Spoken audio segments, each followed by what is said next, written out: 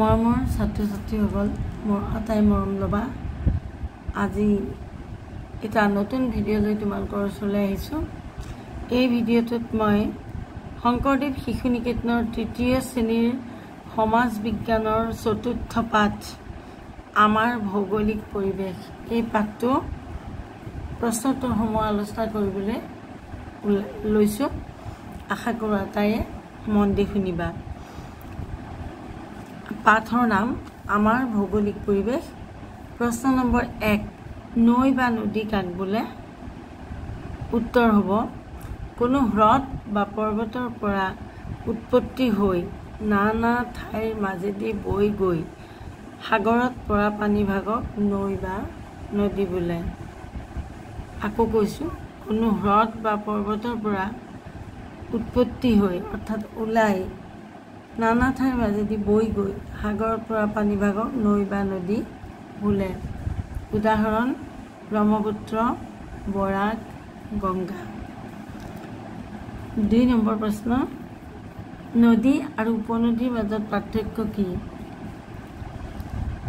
1 number পাৰ্থক্যটো হৈছে নদী হ্ৰদ বা পৰ্বতৰ পৰা উৎপত্তি হৈ নানা ঠাইৰ মাজেদি বৈ গৈ সাগৰত পাৰে, কিন্তু উপনদী হ্ৰদ বা পৰ্বতৰ পৰা উৎপত্তি হৈ নানা ঠাইৰ মাজেদি বৈ গৈ কোনো ডাঙৰ নদীত পৰে।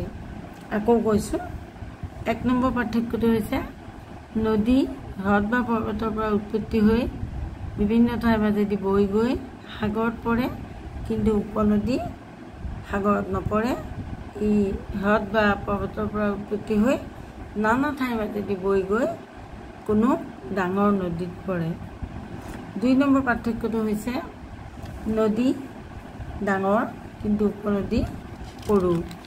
নদী ডাঙৰ কিন্তু উপনদী সৰু।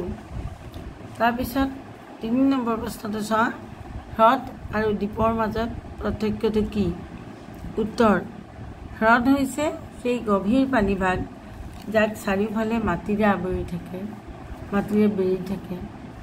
আৰু আনহাতে দ্বীপ হৈছে সেই মাটিভাগ যাক চাৰিওফালে পানীৰে বেৰি থাকে। হ্ৰদটো হৈছে, আকৌ কৈছোঁ শুনা, হ্ৰদটো হৈছে সেই গভীৰ পানীভাগ যাৰ চাৰিওফালে মাটি থাকে বা মাটিৰে বেৰি থাকে। আৰু দ্বীপ হৈছে সেই মাটিভাগ যাৰ চাৰিওফালে পানীয়ে বেৰি থাকে। এতিয়া তাৰপিছৰ প্ৰশ্নটো চোৱা, মালভূমি আৰু উপত্যকা একেনে? যদি নহয় কিয়?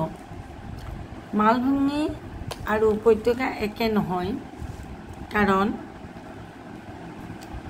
মালভূমি পৰ্বতৰ দৰে ওখ ঠাইত অৱস্থিত, কিন্তু উপত্যকা দুশাৰী পৰ্বতৰ মাজৰ সমান ঠাই। আকৌ কৈছোঁ, মালভূমি আৰু উপত্যকা একে নহয়, মালভূমি পৰ্বতৰ দৰে ওখ ঠাইত অৱস্থিত, কিন্তু উপত্যকা দুশাৰী পৰ্বতৰ মাজৰ সমান ঠাইত অৱস্থিত। তাৰপিছত প্ৰশ্নটো 5 নম্বৰ, এইটো সজাই লিখা। ইয়াত প্ৰশ্নটো কিতাপত দিয়াই আছে তোমালোকৰ, মই কেৱল সজাইহে লিখি দিছোঁ দেই, অৰ্থাৎ মই কেৱল উত্তৰটোহে লিখিছোঁ। বৃহত্তৰ মৰুভূমি হ'ব চাহাৰা, উচ্চতম পৰ্বত হ'ব হিমালয়, গভীৰতম হ্ৰদ হ'ব বৈকাল, দীৰ্ঘতম নদী হ'ব নীল নদী, বৃহত্তম দ্বীপ হ'ব গ্ৰীণলেণ্ড। তাৰপিছত 6 নম্বৰটো চোৱা, সূত্ৰ বা সংজ্ঞা লিখি উদাহৰণ দিয়া। সংজ্ঞা লিখি উদাহৰণ দিয়া মানে কাক বোলে বস্তুটো লিখি পেলাই উদাহৰণ দিবলৈ গৈছে।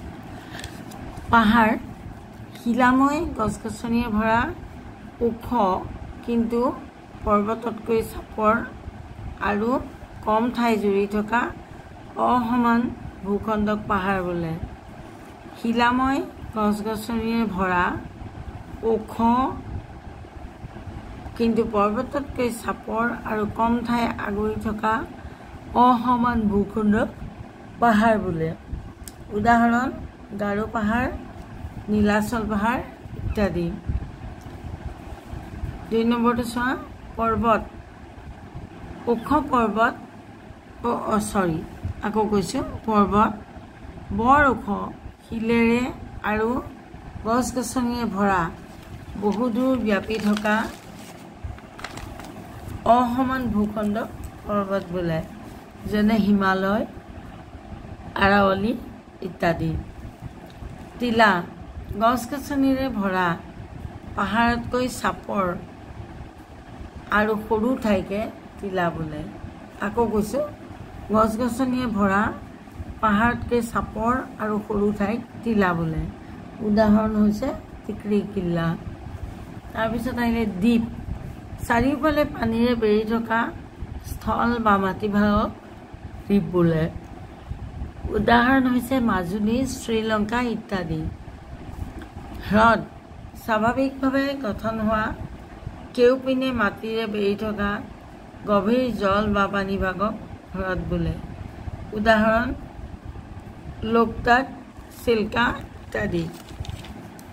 মোহনা নদী বৈ গৈ সাগৰ বা হ্ৰদৰ যি ঠাইত পৰেগৈ সেই ঠাইকে নদীৰ মোহনা বোলে। নদী বৈ গৈ সাগৰ বা হ্ৰদৰ যি ঠাইত পৰেগৈ সেই ঠাইখিনিকে মোহনা বোলে। উদাহৰণ গংগা, ব্ৰহ্মপুত্ৰ, মোহনা। আগ্নেয়গিৰি যি পৰ্বতৰ মুখেদি ধোঁৱা, ছাই, উত্তপ্ত শিলাখণ্ড আদি নিৰ্গত হয় সেই পৰ্বতকে আগ্নেয়গিৰি বোলে। উদাহৰণস্বৰূপে বিছুবিয়াছ। এতিয়া পাঠটো ইমানতে শেষ হৈছে। অৰ্থাৎ পাঠটোৰ যিখিনি প্ৰশ্নোত্তৰ সেই প্ৰশ্নোত্তৰখিনি ইমানতে শেষ হৈছে।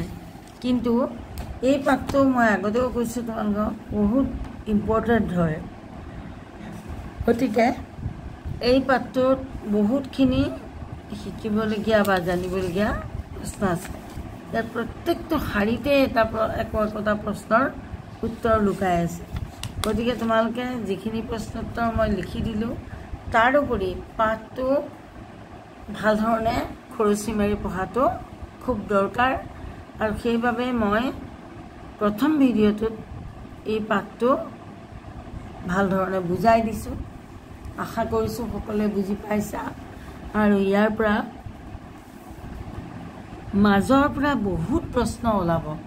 গতিকে মই তোমালোকক বুজাই যেতিয়া গৈছোঁ তেতিয়া মাজে মাজে মই তোমালোকক সেইবোৰ আঙুলিয়াই দি গৈছোঁ।